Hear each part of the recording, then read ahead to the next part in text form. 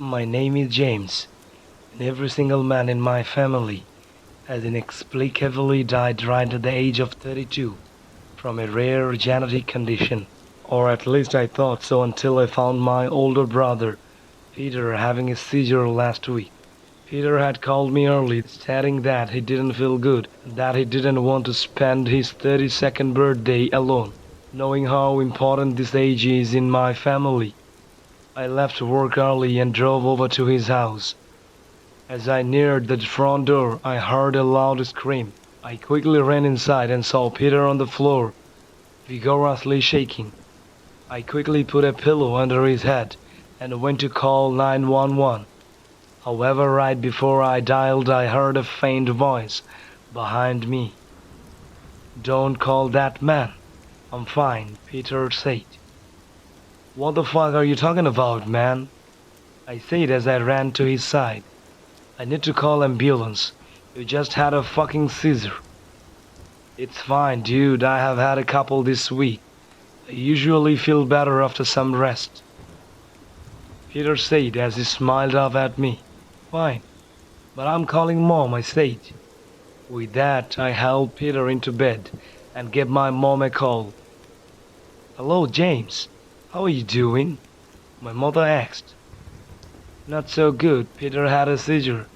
Apparently he's been getting them all weeks," I said nervously. There was silence for a couple seconds before my mother spoke again with a cold and neutral tone. "James, I need to tell you about your father," he said sternly. "What?" I said as I physically recoiled as the abrupt change to discussion. "I don't remember much about my father, other than that his name was Patrick. I recently learned about my mother had Peter when she was 22 and my father was 25 due to a happy accident. At the time, they had attempted to make the most of the situation, and my father had been very involved for the first 2 years of Peter's life, going as far to try have another child. According to my mother, shortly after she found out she was pregnant with me, my father's mental health had begun to rapidly decline. It was on the 16th anniversary of his father's passing. My mother said over the crackling on her phone, "Patrick, your father had gone to visit his mother as he did every anniversary. Usually he would be there for a couple hours, but this time he had been at his mother's place all day and night. I was about to call him when he stormed back into the house." "What does this have to do with Peter?" I asked impatiently as I paced back and forth. "Peter just had a seizure. This isn't the time to talk about that." He said that he needed to go to the hospital and get a vasectomy right away, and that I had to get an abortion, my mother said, clearly shocked. "Jesus Christ, he wanted to abort me?" I said as I slowly slid down the wall onto the floor. I was absolutely appalled and shocked when he asked me to do that. I told him I would never under any circumstances, my mother said as she began to breathe heavily. And that's when he had attempted to drag me to a force of miscarriage. I couldn't even speak. Even though I never met my father, I couldn't imagine someone doing such an unspeakable evil to someone that they loved and their unborn child. The silence lingered for a couple of seconds before my mother continued. "I called the police after the drugging and he had gotten 7 years in jail for attempted manslaughter charges. I didn't see him again until I had to testify at his trial. The whole time I was speaking, he wouldn't even look at me. It wasn't until his testimony that he confronted me directly." "What did he say?" I said as I held my hands up to my face. "He said that he loved me and your voice, but that he had made a serious mistake having you. He said it was his biggest regret." "How could he say he loved me if he regretted having me so much?" I yelled, slowly getting angry at this man whom I had clearly never met. I thought the same thing until a couple years ago when your grandmother had unexpectedly came by. What the fuck are you talking about? I said as I jumped to my feet. Do you regret having me too? My mother didn't respond and continued speaking. She had stopped by around 10 p.m. with an accident-looking book with our last name on it. Before I could even ask her what an 88-year-old woman was doing up so late, she usured me to the kitchen and sat me down. What did she say? I asked, utterly floored to the conversation I was having. James, when I told you that your father had died from complications of a rare genetic disorder, I wasn't entirely telling you the truth. Mom, I asked before she cut me off. You need to listen. What is happening to your brother is the beginning of the process. Process? What the fuck are you going on about? I yelled. It starts roughly 6 months after you turn 31. Your first begin to rapidly bulge. I remembered in that moment poking fun at Peter for his rapidly receding hairlines during one of family poker games and how mad my mother had gotten. Soon after, your skin begins to flake off and became almost scaly. I remember Peter calling me complaining about how he had suddenly been dealing with bad asthma. After a couple months of this, you begin having night terrors which led to insomnia. Mom, Peter's been complaining about issues with sleep for the last couple of weeks. What the fuck is happening? I screamed. My fear only amplified when I heard the sound of breaking glass and screaming coming from the guest room where I had laid Peter down. I quickly dropped the phone and flung open the door to see Peter violently shaking on the ground surrounded by glass from a broken mirror. As I stared at him, he began to projectile vomit blood onto the blue carpet. Jesus Christ! I screamed as I ran to the phone to call 911. Just as the operator began to ask me questions, I caught a glimpse of Peter from the reflection of a window that made me turn around in horror. As I stood motionless, I watched as the bulk of Peter's stomach began to form and his travels up towards his neck. As it moved, Peter's limbs began to frail uncontrollably, as if the nerves which controlled them were short circulating. As the bulge reached his neck, his body ceased to move and his jaw began to stretch open until it nearly snapped. Suddenly, I saw a pair of hands pop out from the body, desperately attempting to find a solid hold on Peter's mouth. As it pulled itself up, I saw a deformed head emerge from his throat, followed by a small torso. This creature, which was completely bald and covered in blood and organ matter, tumbled from Peter's corpse and onto the floor. "What are you?" I said shakily as I fell onto the bed. The creature then turned and looked at me, and then I screamed, causing it to crawl away rapidly. As it did, a cluster of tendrils began to pour out of the Peter's mouth and follow behind the creature, leaving a trail of blood and glossy film. As it disappeared from the doorway, I blacked out. When I came in, I was in a mental stabilization until the nurse had told me that when the police arrived, that I had been found covered in blood and hugging Peter's body, and that I had been muttering, "It has his face." It was non-stop according to them. It took giving me high doses of morphine for me to pass out. After 6 months of intensive care and a non-guilty verdict related to my brother's death, I was finally able to go home with my wife. As we parked the car in our driveway, she turned and gave me a big hug.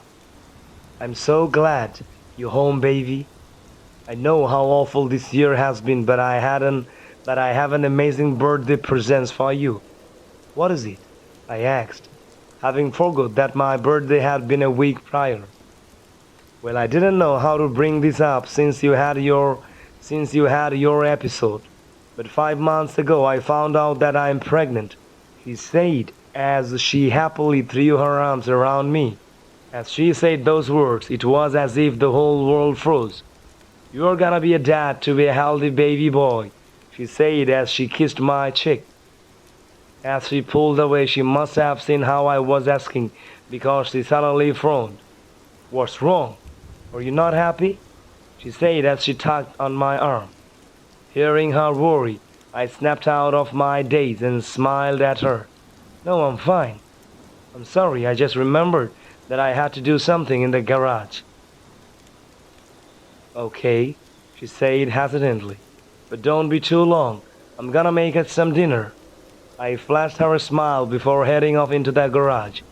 As I'm currently writing this, I can't help but stare at my gun locker in the corner. I have always wanted to be a father that I never had. I ate healthy and exercised daily to make sure that I would be the first in my family to make it past 32. But I guess some curses can never truly be broken.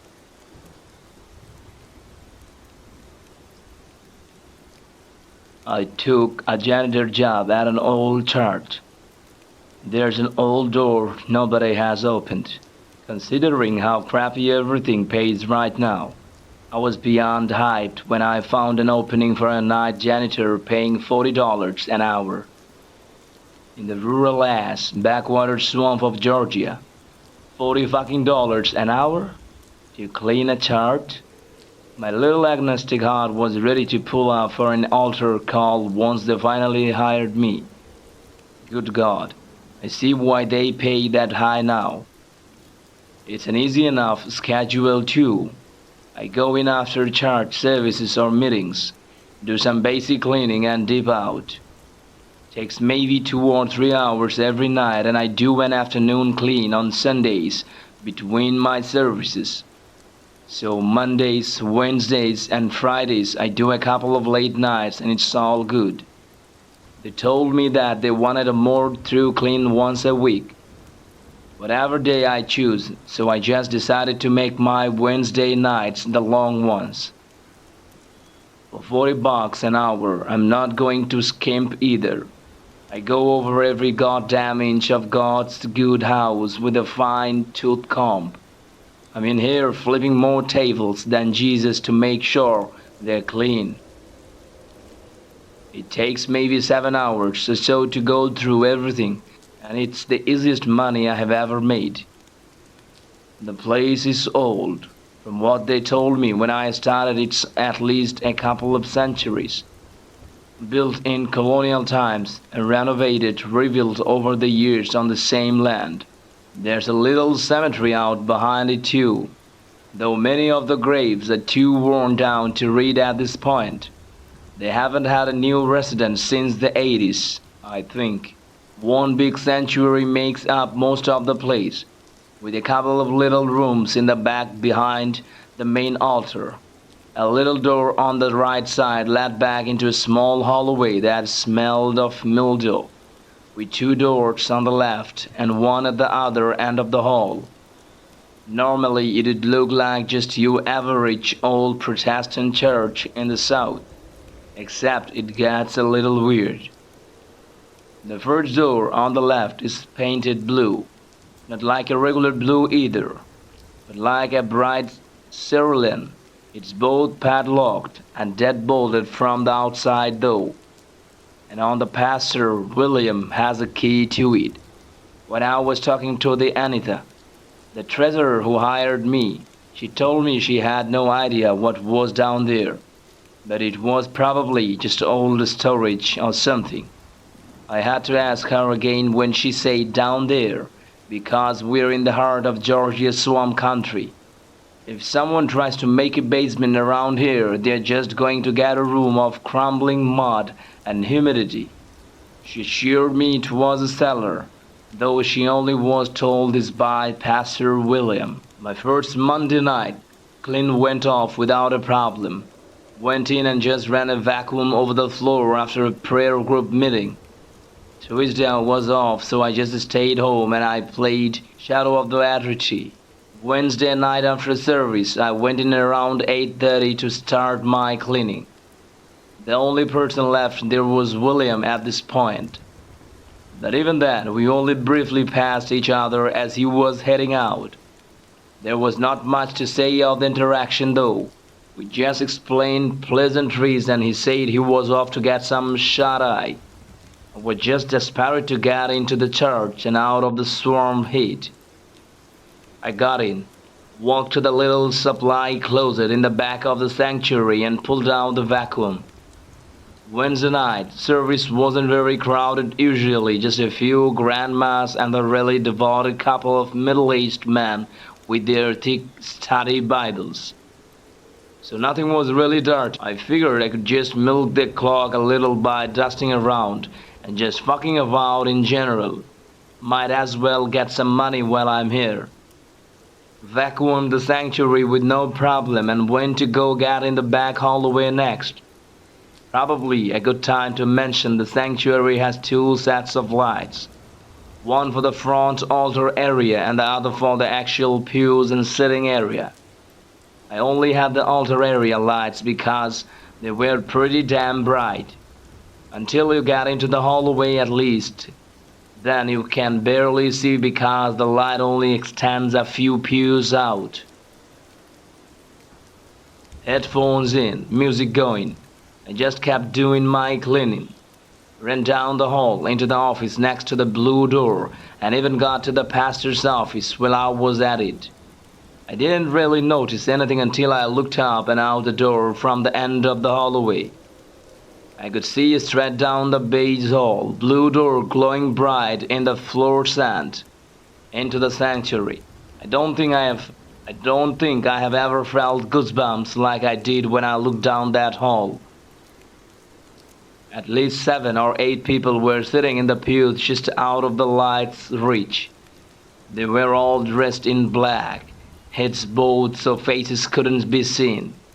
I had to squint to see them almost, but they were definitely in the first 2 rows outside of the light. I don't know if there was anything behind them. It was much darker, but I was already shook. I briefly closed my eyes and reopened them. They were still fucking there. And then there was a loud thump on the blue door, like something being thrown hard against it. There wasn't a sound of it falling down either. I took my attention from the sanctuary to the blue door for just seconds. That it was long enough for everyone in the sanctuary to suddenly vanish. Nothing was there when I looked back. With it looking just like I had left it, not a soul around. I kind of just shook it off as having like a late night heebie-jeebies moment. You know what? Except I finished up right there and started locking up. I have never really believed in any kind of supernatural. Was religious in my younger days but had since really differented off. I have never really believed in any kind of a supernatural. Was religious in my younger days but had since really drifted off. I have always liked horror stuff, but the idea of ghosts and shit in the real world. Please, then I realized I had to turn the lights off at the altar and leave through the main sanctuary door. I swear I'm not scared of the dark, but I would be lying if I said I wasn't creeped out a little. I turned off the lights, saw the moon shining through the stained glass, and immediately got a chill again. It's been nearly 100 degrees with full humidity the past few days, and it felt like I was being dunked in ice water. There wasn't even anything there. I looked around, but there was nothing. Pulled my phone out and turned on the flashlight, making a quick pace toward the front doors. I swear to whatever God you want to hold me to, that there was the sound of footsteps trotting along behind me. I swung the door open and practically dived through. Never felt so fucking good to feel swamp heat on my skin. Slammed the damn thing behind me and I started to walk to my car. Then I realized that I didn't lock it. I thought about just not going back, leaving it be until the next person got there on Friday for a prayer group. Then I realized the money I would lose if I didn't do something right and lost this job. Look, rent is fucking high right now, and I've gotta pay bills, so despite everything in me telling me to get the hell out, I turned around to go lock the door. The keys were in my hands, jingling like wine chimes because I was shaking so damn hard.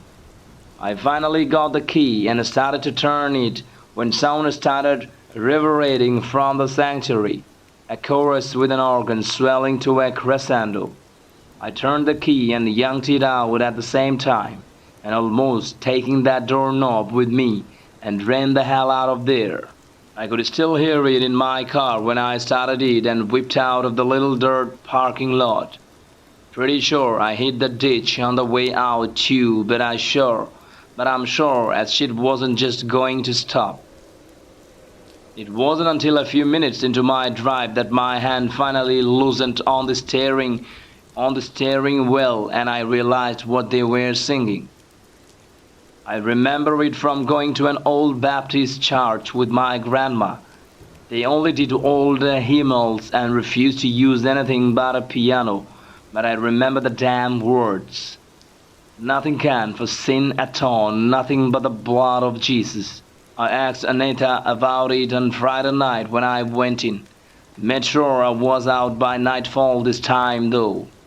She said that she would always thought there were angels around this place, keeping watch over the flock. Don't know how angelic that sounds, but I guess she hasn't been here alone after the dark. When I told Pastor William about the thump coming from behind the blue door, he had the briefest flicker of something on his face. Then it was right back into smiling preacher mood, like fucking baby Billy. Told me there was a problem with possums digging into the basement and not finding their way out. Well, I don't know that I really believe him. That sounded bigger than any possum I have ever seen, even the one that gets into my garbage every night. I started calling round Ronald. No way a possum was going to get that fierce with the door. And finally, they cancelled servicing Sunday, so I was really off, going back in tonight after the prayer meetings and doing a little cleaning. So I will update if there's anything that happens. I want to do the chalk it up to just being in a strange place at night, but there was no way those chills were based on nothing. The shit keeps up, I might start praying while I was not there.